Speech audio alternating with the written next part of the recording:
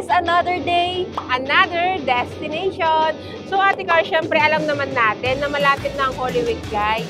So ngayon ang magiging destination natin ay bandang Magalang tayo. Dahil guys, pupunta tayo sa may banal na bundok kung saan ang 14th station. Yes! Ano ba natin yun?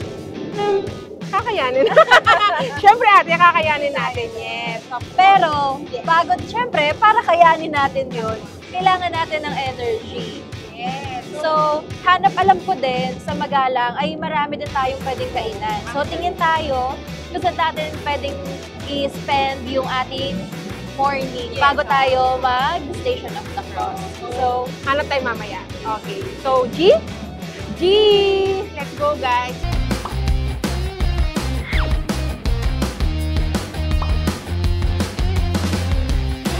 G?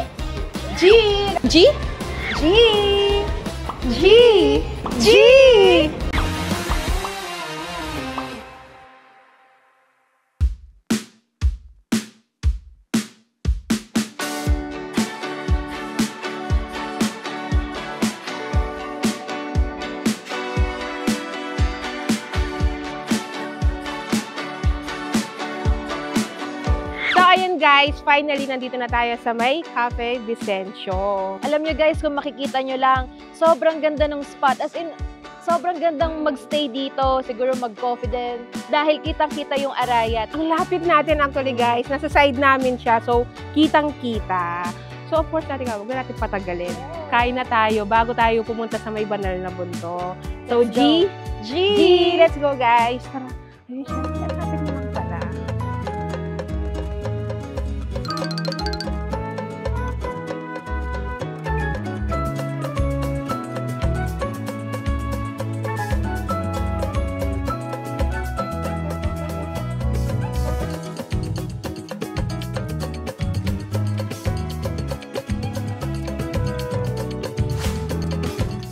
Finally, ito na yung food natin dito sa may Cafe Vicencio. So, ayan guys, nakita nyo naman sobrang dami nating food ngayon.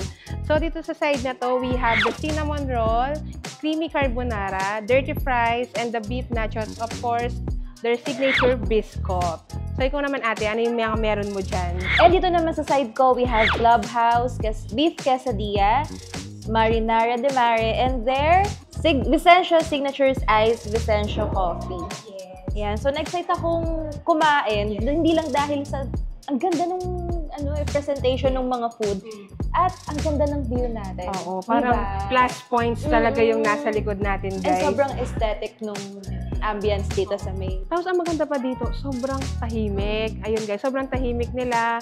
Tapos, yung mga nasa likod namin, guys, may mga nag-work din. Oo, diba? Ayun. So, hindi lang siya place to eat. Yes. Pwede rin mag-chill, mag-study, and siguro yung mga nag-remote work. Yes, so, pwede sila perfect dito. Place to para puntahan nila. So, wait ate, kain na tayo. Yes, Gina, go. So, ayan guys. Ito yung akin, the creamy carbonara.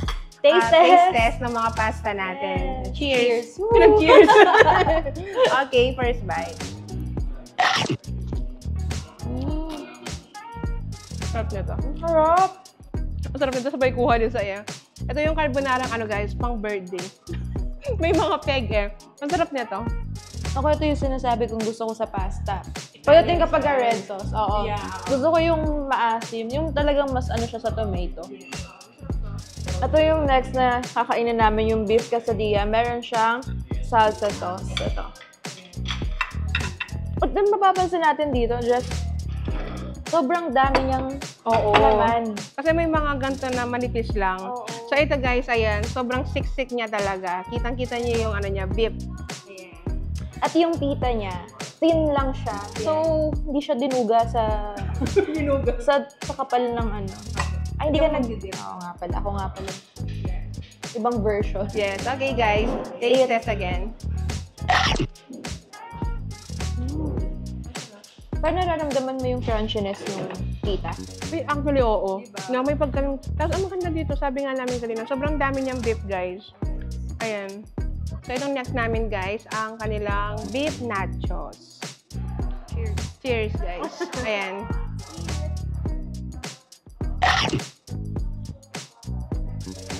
Sarap ng sauce. John, anong name ng sauce na to?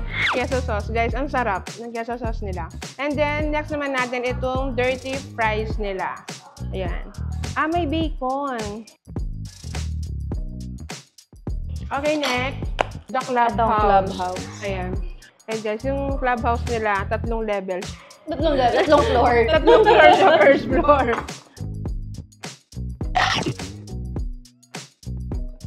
Dito naman tayo guys sa may dessert na part. So, meron tayo ditong cinnamon roll. Alam mo, nung sinerve sa atin to. Oh. Parehas natin sinabi, cinnamon. Oo, kasi favorite natin pareho. Parehas natin gusto ng cinnamon. Excited Sabay na ako natin dito. ang drinks atin. Ang mga sige. drinks nila. Ayan guys, ito itong sa akin, ang ice biscuit.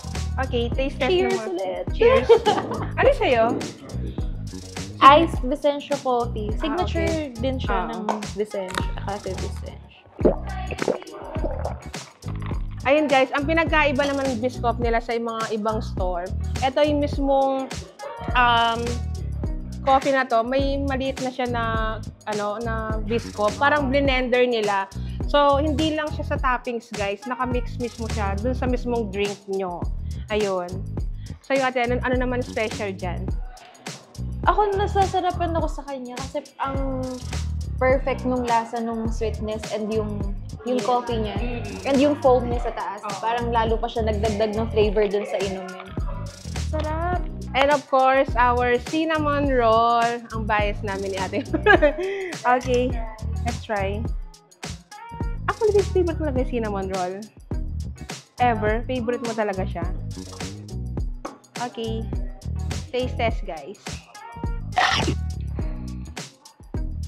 Sakto lang yung parang mismo cinnamon. So, hindi siya nakaka-overwhelm. So, saktong-sakto siya. At ang maganda dito, guys, malambot yung mismong bread niya talaga, no? Yun is like sinasabi ni Jonathan, hindi siya sumasapal. Nakakabaknal daw. Nakakabaknal! Mali pa ako. Pero gano'n sa Tagalog. Sapal. Sumasapal. Parang kapag kaiba yung texture ng bread na kinakain. Ito guys, malambot yung bread niya mismo. Okay, so Jazz, i-rate naman natin overall itong Cafe Vicencio. Start tayo sa mga food na kinain natin. So, start tayo sa mga pasta nila. So, personally, gusto ko yung carbonara guys. Tapos itong carbonara version nila, yung parang homemade version, yung mga gusto ko eh. So, perfect sa akin, 10/10 guys.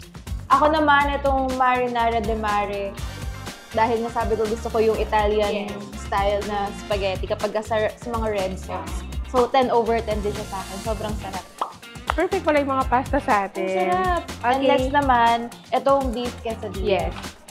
So, isa to sa mga naging favorite ko. Actually, oo. 10/10 din to para sa akin. Same, 10/10 to guys. Kasi, alam mo yung crunchy yung gusto ko. Yung nagdala siya. Tapos sobrang dami niyang beef talaga. Oo, as in. Sulit yung beef niya. Okay, next naman tayo dito sa may nachos.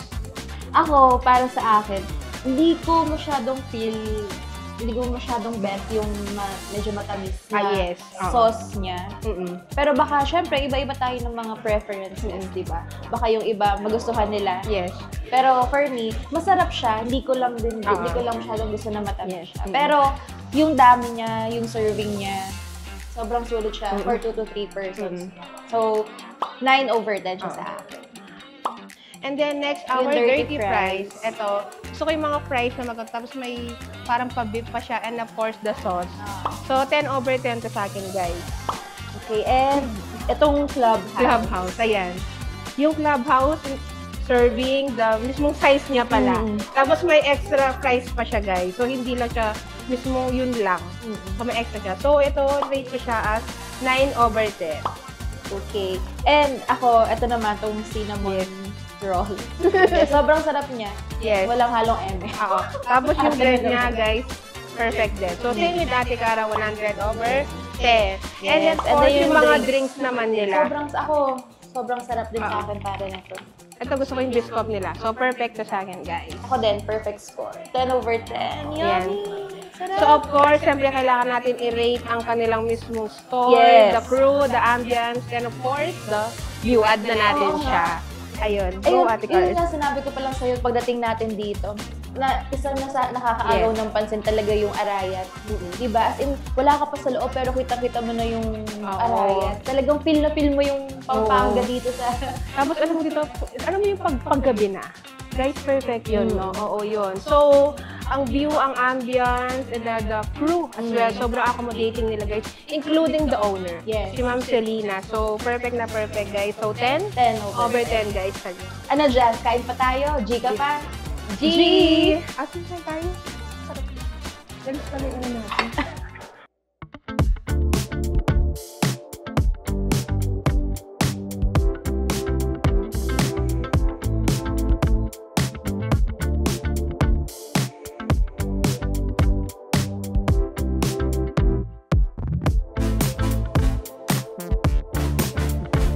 Guys, G?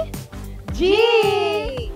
So, ayun, Ate Cara, finally guys, full charge na tayo. Busog na naman tayo. So, ready na tayo makyat sa may banal na bundok since nandito rin tayo sa Magalang, Pampanga. So, malapit lang ito sa area na to, yung first station of the cruise, dun sa may banal na bundok. So, G? G! Let's go guys. Tignan natin mamaya. Okay, see you!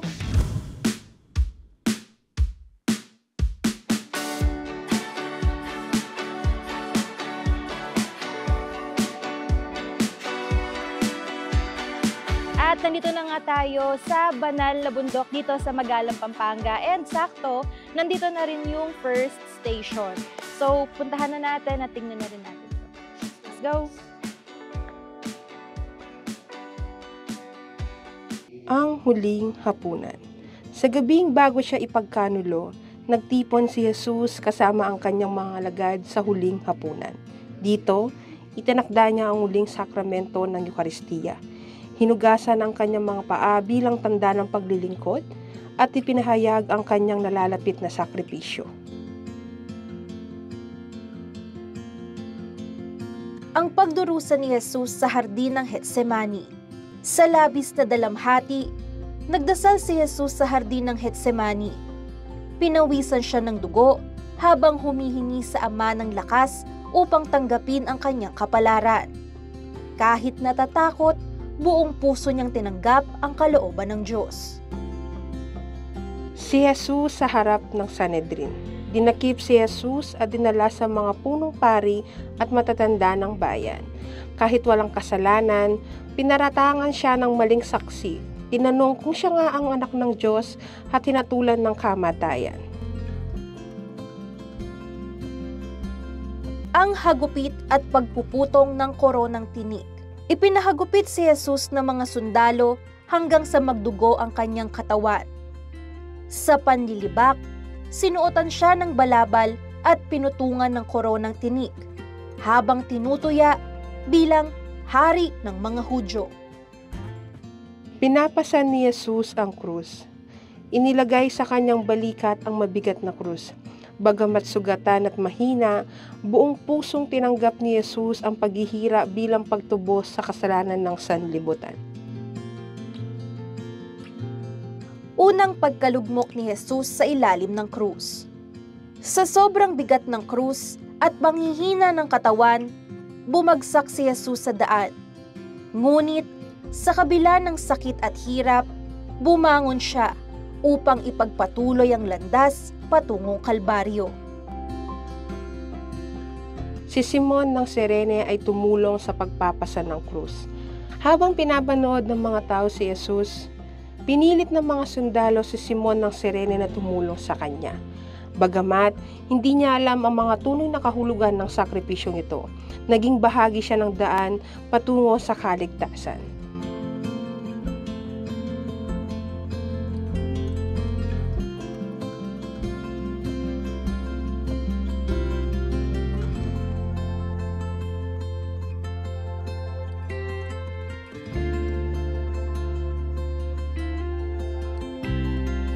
Nakilala ni Jesus ang mga babaeng taga-Jerusalem.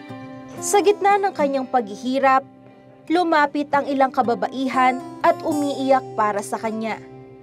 Ngunit sinabi ni Jesus, "Huwag kayong tumangis para sa akin, kundi para sa inyong mga anak."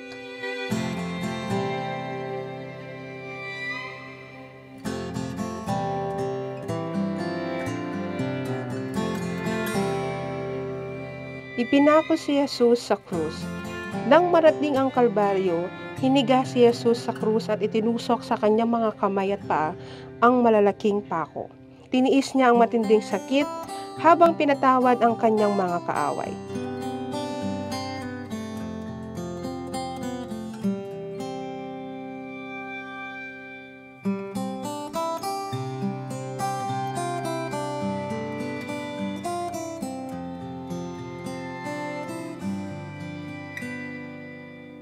Ang nagtitikang magnanakaw. Dalawa ang ipinakong magnanakaw kasama ni Jesus. Isa ang lumapastangan sa kanya, ngunit ang isa'y nagsisi at humingi ng awa. Sinabi ni Jesus sa kanya, "Sa araw na ito, makakasama kita sa paraiso."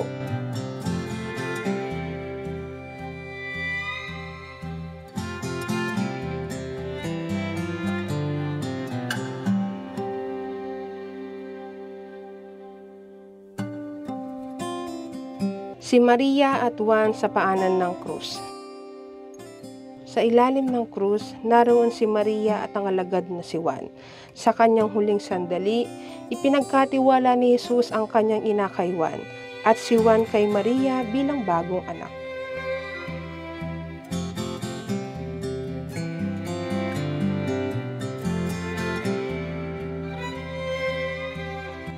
Si Jesus ay namatay sa krus. Matapos ang matinding paghihirap, sumigaw si Jesus, "Ama, sa mga kamay mo ipinagkakatiwala ko ang aking espiritu." At siya ay pumanaw. Naganap ang kaligtasan ng sangkatauhan.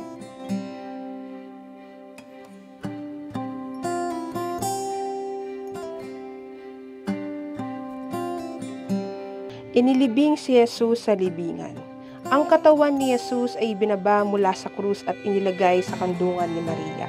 Isinaplot siya ng malinis na tela at inilagay sa bagong libingan na tinatakan ng malaking bato. On to our last station. We made it, guys. Sumakses ang GGT. So ayan, makita natin 1 kilometer simula dun sa may 8 station. Mukha lang mahirap. Ay, hindi pala mukha. Mahirap talaga. Siya. Oh, kasi Dahil may mga uphill, yun nga. Tapos yung daan medyo mahirap siya kasi hindi pantay-pantay.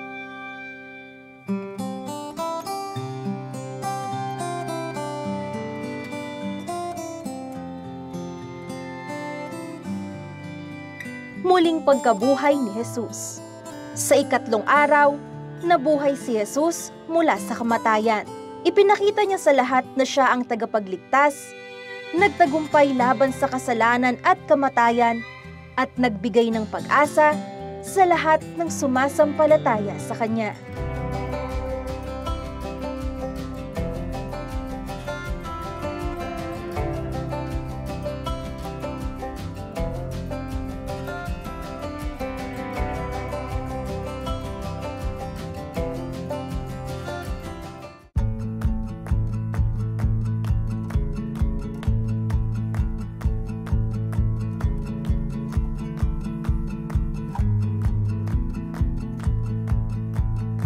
So ayun guys, tapos na tayo sa ating 14th station sa may banal na bundok.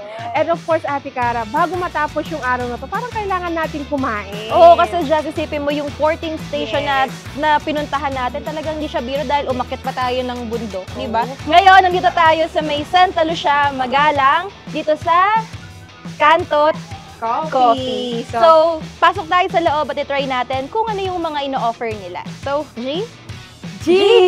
Let's go!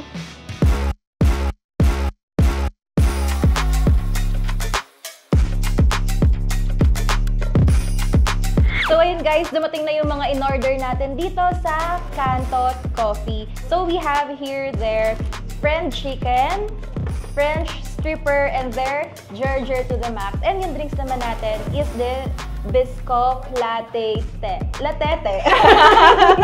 Nagdalawang isip pa siya, guys. So, sa side ko naman, we have mango sticky rice, there's sisig meal, and of course, their crispy palabok. And yung drinks ko naman is their signature Cantot Coffee. Yan. Bigyan natin idea yung mga viewers natin kung bakit yun yung name na nabili ng owner. Nag-wonder sila, Yes. bakit Cantot Coffee? Kung mag-visit kayo dito sa may Cantot Coffee, mapapansin nyo na their coffee shop is located sa kanto mismo ng Santa Lucia, Magalang. So yun yung dahilan kung bakit siya Cantot Coffee. Pero dun sa may logo nila, it seems like na apostrophe siya sa taas. Yes. Pero it's a letter A talaga. So basically guys, it's Canto at Coffee. So ayan. So syempre, tikiman tayo. Yes. So let's go. Ayan. So ano ang first nating titikman? So guys, ito yung maganda sa coffee shop na to kasi may meals din sila. So hindi lang coffee. Tapos bongga nga guys, may mango sticky rice. Para siyang hindi lang siya focus na ito lang yung cuisine niya. Parang, di ba, parang mostly yung mango sticky rice is originated from Thailand, di ba? Nag-research siya, diba? guys. And they also have sisig. Siyempre, nasa Pampanga tayo, hindi pwedeng walang sisig. So taste test guys. Speechless agad yan. Ang maganda sa sisig nila guys, malaki yung mga slice ng pork nila. Ayan. Alam mo, ito exciting yan. Parang usually nakikita natin yan sa social media din. Yung, na-experience mo na bang mag-pour ng sauce ng crispy palabok? Actually, meron na akong resto na kinainan, pero syempre di ko sasabihin. Unless gusto niyo magpa-advertise sa amin, guys. So, sa mga gusto magpa-advertise din. Sa mga gusto magpa-advertise guys sa CLTV36, email nyo lang kami sa sales@cltv36.tv or you can visit our official Facebook page account or lahat ng SOCMED namin. Of course, follow nyo kami. So, ayan, to continue guys. Ito na. Tignan natin siya. Kasi iba to. For example, coffee shop, tapos may mga ganito sila. So, yun yung magandang concept nila. Lahat siniserve na nila guys. Parang kasi usually, no, kapag coffee shop, mostly mga pastries, mga cakes, mga dessert. Pero ito, ayun nga, sinabi mo kanina, may mga meals din. So, complete na sila, guys. So, taste test naman natin ang kanilang crispy palabok. Guys, crispy talaga siya. Hindi ba? Na-feel mo na. Yes. Nakaka-pressure. Nasa side si ma'am, eh. Masarap yung palabok nila. Kasi ang dami pa ng serving nila. No? So, for bigger groups, guys, perfect sa inyo. Tapos, hindi lang pala ito yung branch nila. So, guys, hindi lang ito sa Magalang. So, meron din silang branch na may Marisol sa Angeles. So, bandang Angeles kayo. Ayun, pwede kayo And doon. sa Quebiawan, sa may San Fernando. Yes. So, huwag kayong mag-worry kung hindi kayo taga Magalang or hindi kayo taga Angeles or ano kasi pwede nyo silang i-visit kahit saan kayo nakatira. Yeah. Ito yung friend chicken. French chicken. Friend Okay. chicken. Tapos kinain ko yung fries na. Ito. So, meron sila sa mga menu nila na parang inspired dun sa pangalan ng coffee shop nila. So, baka nagwa-wonder pa rin kayo bakit ganun yung mga pangalan. So, ito yung mga menu nila.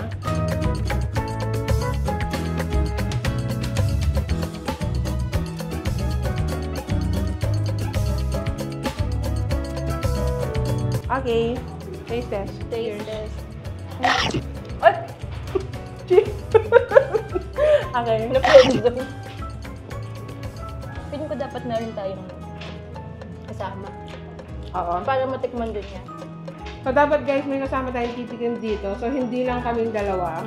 Ang napili namin ay si Jellison. Jellison. So, Let's go, Jelly! Kain. Tingnan mo to. Siyempre, guys, sa lahat ng ating episode, may guest tayo. Okay, gets ko na to. May parang spicy side siya. Ayun, guys. So, kung nakikita nyo, sa loob may spicy side siya. So, Jelly, kailangan mo tingnan to. Yan. Ito ka, Jelly. Ay, dyan Yan, ka. dyan ka sa Sige, side. kung sino pipiliin mo sa amin, okay lang naman. Friendly chicken. Para di masyadong masakit. Oo. Friendly chicken. Go. Yung kumusta? Masarap siya. Malambot pa rin siya kahit hindi na siya gano'n kainit. Tapos, Kasi usually sa mga breaded chicken, pag lumamig na siya, parang nagiging dry na siya, tapos tumitigas na siya. Yes. So, good siya. Good siya kasi. Ano pa gusto mo i-try?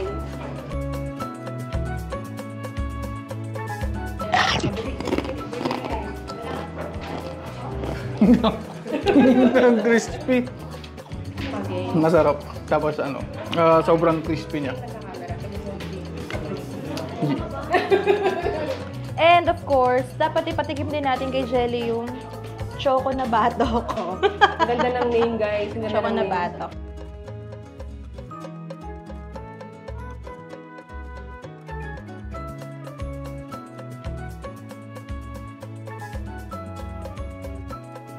So, sabi ng owner, guys, dapat daw nakamix ang kanilang Spanish latte. Ay! Seasoned latte! Take 3. Anong tawag dyan? Oh my God! 10, 9. Kanto signature. Ay! It's Cantot Signature Coffee. Kuha ko yun, ma'am.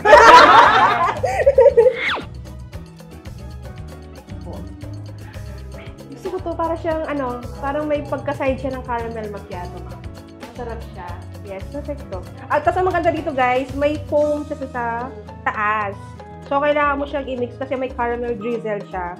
So, kailangan niyang mag-mix yung sweetness niya doon sa mismo coffee.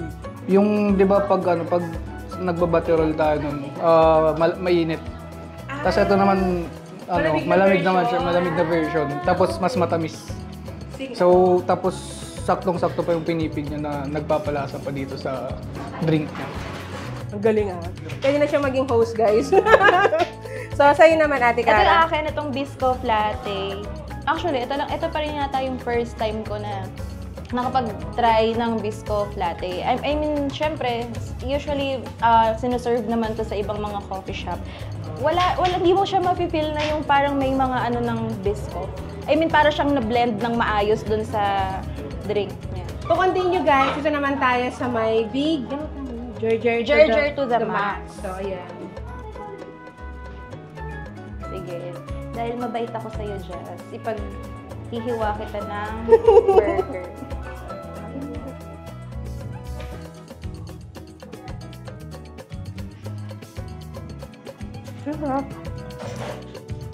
Ito, guys, may parang twist siya. Yung mismong cheese niya nasa labas. Oo, tapos melt siya, guys. So, yun yung pinagkaiba niya. Then, complete siya, may mga gulay and all. Ayan. Tapos sa side, may fries din siya. So, hindi lang siya burger, guys. And alam ko, kanina naiisip mo din yung mango sticky rice nung pagkatapos natin mag-Station of the Cross. So, saktong-sakto, guys, dito sa may Cantot Coffee, may mango sticky rice sila. Para silang resto, guys. So, lahat ino-offer talaga nila. Taste test naman ng mango sticky rice. Ang sarap ng mangga. Sarap ng mangga. Fresh. Ganito nga, ang sarap yung mangga nila, guys. Sakto yung lasa ng mangga dun sa may sticky rice. And fairness, ang sarap ng mangga nila. Minsan kasi nagdidepende din yung mango sticky rice sa mangga. So, ito, perfect siya. Hindi siya matamis or maasin. Saktong-sakto siya, guys. Okay, siyempre, of course, ito na ang ating most awaited. So, i-rate natin naman ang mga food. So, first, sa may sisig meal nila. Ito, guys, gusto ko yung concept na coffee shop, tapos may mga meals silang ganito.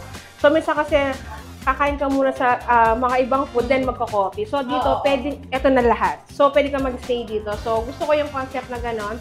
And of course, yung mismo sisig nila, 10/10 sa akin, guys. And then, yung crispy palabok naman. Ito, gusto ko din siya. Alam ko nagustuhan din ni Ate Cara. So, itong palabok nila, 100/10 sa amin, guys. Masarap tong palabok. Walang halong tsera. And of course, their mango sticky rice.